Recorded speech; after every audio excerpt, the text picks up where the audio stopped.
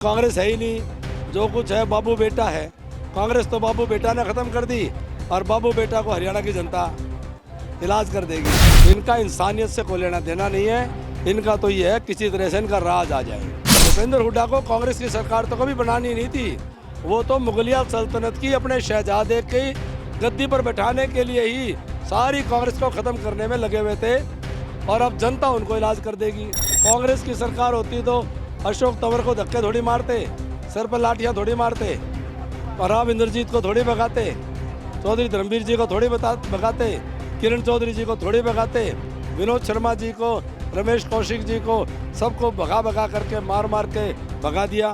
Bharatiya Janata party की हरियाणा प्रदेश में लहर बनती जा रही है और छत्तीस बिरादरी एकजुट होकर के संकल्प करके कांग्रेस के कुशासन से, कांग्रेस के कुचक्र से, कांग्रेस के छल कपट और प्रपंच से हरियाणा की जनता को बचाने का संकल्प हरियाणा की सरदारी ने ले लिया है। कि हरियाणा में बीजेपी सरकार बनने पर 10 औद्योगिक नगरी नहीं बनेंगी जहां उद्योग नहीं है, और हरियाणा में 10 औद्योगिक नगरी बनने वाली हो और नारनौंद का प्रतिनिधि अभिमन्यु सरकार में बैठा हो, तो आप सोच लो कि एक औद्योगिक नगरी तो हमारे इलाके के अंदर बनेगी ही बनेगी, और सबसे पहले बनवा करके लोगों को रोजगार दिलाने का काम करेंगे। 20 अक्टूबर 2020 को जब किसान आंदोलन पूरे चरम पर था, आपने मेरा रोहतक में इंटरव्यू लिया था। मैंने कहा था किसान के बेटे हैं, कभी भी किसान की एमएसपी के ऊपर कभी खतरा आएगा तो हम किसान के साथ खड़े होकर के किसान की एमएसपी को कोई माई का लाल छीन नहीं सकता, क्योंकि किसान के साथ उसके मजदूर की ज़िंदगी जुड़ी हुई है। क्योंकि कांग्रेस में तो कांड ही कांड हुए थे और कांड ही कांड होने हैं। और अब राहुल जी विदेश से छुट्टी बना के आए होंगे, अब वो यहाँ भी टूरिज्म करके चले जाएंगे, यहाँ भी पर्यटन करके चले जाएंगे, सैर सपाटा करके चले जाएंगे और लोगों को हाथ हिला के चले जाएंगे और लोग भी टाटा बाय बाय कर देंगे। कांग्रेस लोकसभा चुनाव के परिणाम के बाद थोड़ी हवा में आ गई थी और धीरे धीरे पता चला कि कांग्रेस की ज़मीन खिसक चुकी है, कांग्रेस के धरातल से कांग्रेस ख़त्म हो चुकी है और कांग्रेस अब हवा में ही उड़ जाएगी। जो किसान के नाम की जो राजनीति करते हैं भूपेंद्र हुड्डा ने, तो कभी ना तो इसने कभी हल चलाया होगा, ना ट्रैक्टर चलाया होगा, ना लड़ाई करी होगी। मैंने तो जो है कपास चुग रखी है, मैंने तो सारे काम कर रखे हैं, मैंने तो जो है न्यार धार और क्यार सारे काम कर रखे हैं, लामड़ी कर रखी है।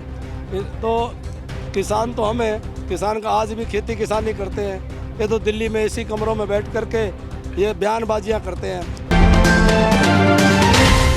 अभी हम मौजूद है नारनौंद में, जहां पर आप मेरे साथ देख सकते हैं पूर्व वित्त मंत्री कैप्टन अभिमन्यु के समर्थन में किस प्रकार से लोगों का हुजूम यहां पर दिखाई दे रहे हैं। तमाम बड़े बड़े चेहरे, बड़े बड़े नेता कांग्रेस पार्टी की तरफ से हरियाणा में आने शुरू हो गए हैं, वहीं बीजेपी की तरफ से भी बड़े बड़े चेहरे चुनावी मैदान में उतर चुके हैं। कैप्टन साहब, मोदी साहब भी चुनाव अभियान में कूद पड़े हैं और वहीं योगी जी भी सुना है कि हरियाणा के नारनौंद में पहुँचने वाले। जी, अभी चुनाव प्रचार चरम पर है।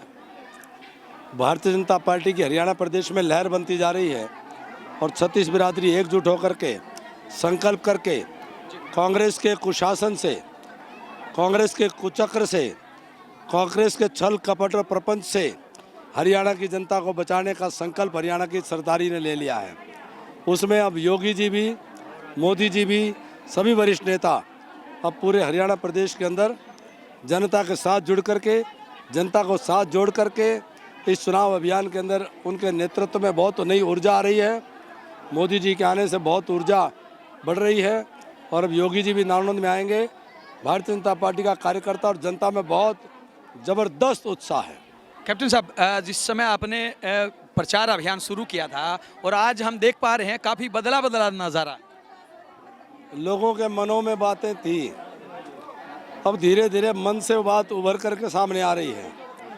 कांग्रेस लोकसभा चुनाव के परिणाम के बाद थोड़ी हवा में आ गई थी और धीरे धीरे पता चला कि कांग्रेस की ज़मीन खिसक चुकी है, कांग्रेस के धरातल से कांग्रेस ख़त्म हो चुकी है और कांग्रेस अब हवा में ही उड़ जाएगी, क्योंकि कांग्रेस है ही नहीं, जो कुछ है बाबू बेटा है। कांग्रेस तो बाबू बेटा ने ख़त्म कर दी और बाबू बेटा को हरियाणा की जनता इलाज कर देगी। लेकिन वो तो अभी भी दावा कर रहे हैं कि हर हाल में हम कांग्रेस की सरकार बनाएंगे। कांग्रेस की सरकार होती तो अशोक तंवर को धक्के थोड़ी मारते, सर पर लाठियां थोड़ी मारते, और आप इंद्रजीत को थोड़ी भगाते, चौधरी धर्मवीर जी को थोड़ी भगाते, किरण चौधरी जी को थोड़ी भगाते, विनोद शर्मा जी को, रमेश कौशिक जी को, सबको भगा भगा करके मार मार के भगा दिया। और आज कुमारी शैलजा उनको कोने में लगा दिया। तो भूपेंद्र हुड्डा को कांग्रेस की सरकार तो कभी बनानी नहीं थी, वो तो मुगलिया सल्तनत की अपने शहजादे की गद्दी पर बैठाने के लिए ही सारी कांग्रेस को ख़त्म करने में लगे हुए थे, और अब जनता उनको इलाज कर देगी। कैप्टन साहब, वैसे आमतौर पे शैलजा काफ़ी समय से नाराज़ लग रही थी, लेकिन भूपेंद्र सिंह हुड्डा की तरफ से एक बयान आया कि मेरी ये बहन है, अगर किसी ने इसकी तरफ आंख उठा के देखा या किसी ने इसके बारे में कुछ भी कहा तो मैं बर्दाश्त नहीं करूंगा। वहीं कुमारी शैलजा अब चुनावी मैदान में उतरने वाली है, उनके फोटो से उस भाई का पोस्टरों से फोटो गायब है। अब हुड्डा साहब को सारा हरियाणा जलवा दिया 2016 में। क्या किया उन्होंने, किसके ऊपर कार्रवाई के लिए बात करी?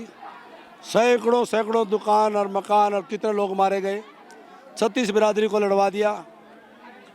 तो ये अगर इनके अंदर थोड़ी सी भी इंसानियत होती तभी भी इन्होंने वो बातें उठानी चाहिए थी कि भाई जिसने क्या जुल्म किया, गलत किया, तब तो ये दोषियों को बचाने चल पड़ते हैं। आज जो है ये गाड़ी दी हुई है, फिर क्यों नहीं गाड़ी दी हुई है तो क्या दे रखी है ना, क्या बर्दाश्त, क्यों बर्दाश्त कर रहे हो? जब गाड़ी दी, अपमान किया है, और करने वाले आपकी रैली में हैं, आपकी रैली से हो रहा है, किसी ने सड़क पे नहीं किया, तो ये क्या संस्कृति है? ये जो है इनका इंसानियत से कोई लेना देना नहीं है, इनका तो ये है किसी तरह से इनका राज आ जाए। कैप्टन साहब, आपको विकास पुरुष के नाम से भी लोग अलग अलग गांव में पुकारते हैं, क्योंकि हम लोगों से संपर्क कर रहे हैं। वहीं अब रोजगार की बात चल रही है, इस बात को आप कहां तक सार्थक मानते हैं? 100% मैंने करके दिखाया, करके दिखाऊंगा।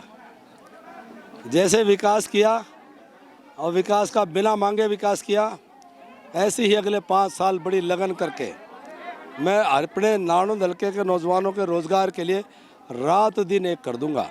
हमने घोषणा पत्र में कह दिया है कि हरियाणा में बीजेपी सरकार बनने पर 10 औद्योगिक नगरी नहीं बनेंगी जहां उद्योग नहीं है, और हरियाणा में 10 औद्योगिक नगरी बनने वाली हो, और नानोद का प्रतिनिधि अभिमन्यु सरकार में बैठा हो, तो आप सोच लो कि एक औद्योगिक नगरी तो हमारे इलाके के अंदर बनेगी ही बनेगी, और सबसे पहले बनवा करके लोगों को रोजगार दिलाने का काम करेंगे।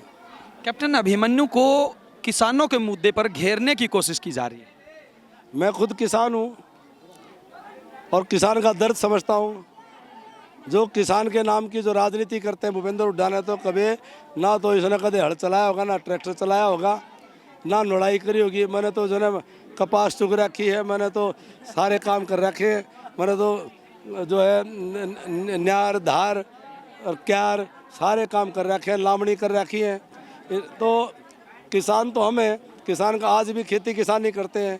ये तो दिल्ली में एसी कमरों में बैठ करके ये बयानबाजियां करते हैं। अरे मोदी जी हैं जिन्होंने 6,000 रुपये किसानों को हर साल का समान राशि दे दिया। क्यों नहीं हुड्डा साहब ने अपने सरकार, पूरी मनमोहन सरकार की चाबी अपने हाथ में रखते थे, और क्यों नहीं दिलाया? और ये जो स्वामीनाथन आयोग की रिपोर्ट है, इस कई साल इसका चेयरमैन थे पूरे हिंदुस्तान के, स्वामीनाथन आयोग की रिपोर्ट को क्यों नहीं लागू करवाया? और इनके ज़माने में किसानों को 2-2 रुपये 5-5 रुपये के चेक मिला करते मुआवजे के, क्यों नहीं मुआवजे दिए? और हमने मुआवजा जो है बारिश के साथ मुआवजा बरसा करता हमारा। बिल्कुल, आपकी एक वीडियो भी वायरल करने की कोशिश की जा रही है, लेकिन हमें अच्छी तरह पता है जब किसान आंदोलन चल रहा था तो आपने बिंदास हरियाणा पे बड़ी बेबाकी से कहा था कि अगर किसी की एमएसपी कोई छीनने की कोशिश करेगा तो हम ऐसा कभी भी होने नहीं देंगे। नहीं, किसान के बेटे हैं, किसान मजदूर का दुख दर्द समझते हैं, तो कभी भी ये जो प्रपंच फैलाते हैं एमएसपी को खतरा, मैंने कहा था कि कभी भी 20 अक्टूबर 2020 को जब किसान आंदोलन पूरे चरम पर था, आपने ही मेरा रोहतक में इंटरव्यू लिया था, मैंने कहा था किसान के बेटे हैं, कभी भी किसान की एमएसपी के ऊपर कभी खतरा आएगा तो हम किसान के साथ खड़े होकर के किसान की एमएसपी को कोई माई का लाल छीन नहीं सकता, क्योंकि किसान के साथ उसके मजदूर की ज़िंदगी जुड़ी हुई है। बिल्कुल इस बात के हम भी गवाह हैं। अंतिम सवाल कैप्टन साहब, राहुल गांधी हरियाणा में प्रचार करने के लिए पहुंच रहे हैं और वहीं अगर हम बरवाला की बात करें तो बरवाला में उनके आने से पहले ही काफ़ी विवाद छिड़ा हुआ है। CLU कांड का बार बार जिक्र चल रहा है, CD कांड का जिक्र चल रहा है और वहीं पे वो प्रचार करने के लिए पहुंच रहे हैं। तो कितना प्रभाव वो डाल के जाएंगे हरियाणा की सीटों के ऊपर? देखिए, कांग्रेस में तो कांड ही कांड हुए थे और कांड ही कांड होने हैं। और अब राहुल जी विदेश से छुट्टी बना के आए होंगे, अब वो यहाँ भी टूरिज्म करके चले जाएंगे, यहाँ भी पर्यटन करके चले जाएंगे, सैर सपाटा करके चले जाएंगे और लोगों को हाथ हिला के चले जाएंगे और लोग भी टाटा बाय बाय कर देंगे। ये थे हरियाणा के पूर्व वित्त मंत्री कैप्टन अभिमन्यु, जिनका साफ तौर से कहना है कि भले ही कैप्टन कांग्रेस पार्टी की तरफ से कितने ही बड़े चेहरे हरियाणा में प्रचार करने के लिए पहुंच जाए, चाहे वो भूपेंद्र हुड्डा, दीपेंद्र हुड्डा या फिर सोनिया गांधी, राहुल गांधी की बात हो, कोई भी हरियाणा में आए, लेकिन जनता का जो मूड है वो विकास की तरफ वोट देने का है। हालांकि क्या कुछ रहेगा ये तो चुनाव परिणाम के बाद ही पता चलेगा। बहरहाल एक बात होता है, जैसे जैसे वोटिंग का समय नज़दीक आता जा रहा है वैसे वैसे तमाम वोटरों के अंदर भी भारी जोश, भारी उत्साह, भारी जुनून देखने को मिल रहा है। वीडियो जर्नलिस्ट अमित वासिस के साथ अजय लोहान, बिंदास रहना।